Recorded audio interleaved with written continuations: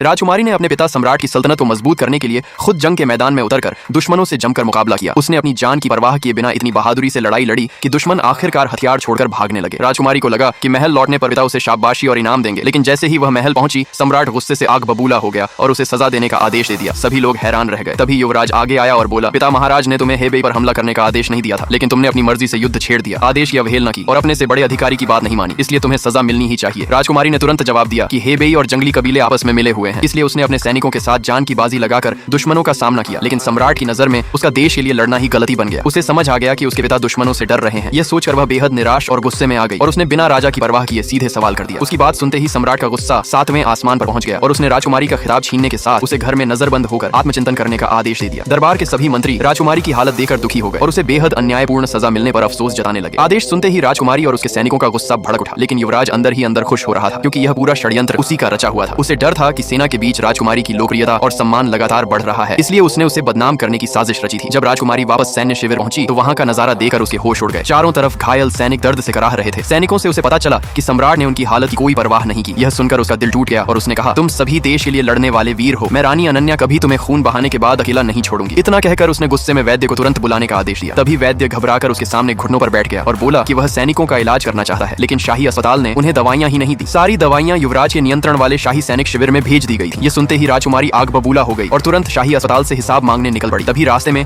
उसे उसका मंगेतर और शाही वैद्य अरुण मिल गया। राजकुमारी ने उससे दवाइयां न देने की वजह पूछी तो अरुण ने झूठ बोलते हुए कहा कि बजट बहुत कम है और दवाइयां आगे की सीमा पर तैनात सैनिकों के लिए बचाकर रखनी है। उसने यह भी कहा कि ऐसा आदेश युवराज ने दिया है। तभी अचानक दवाइयों से भरा एक बड़ा संदूक नीचे गिर पड़ा और उसका सामान बाहर बिखर गया। संदूक के अंदर भारी मात्रा में महंगी दवाइयां और समुद्री खीरे देकर राजकुमारी की आंखें खुली की खुली रह गईं। लाइक सब्सक्राइब कर देना, भगवान आपको बहुत खुशी देगा।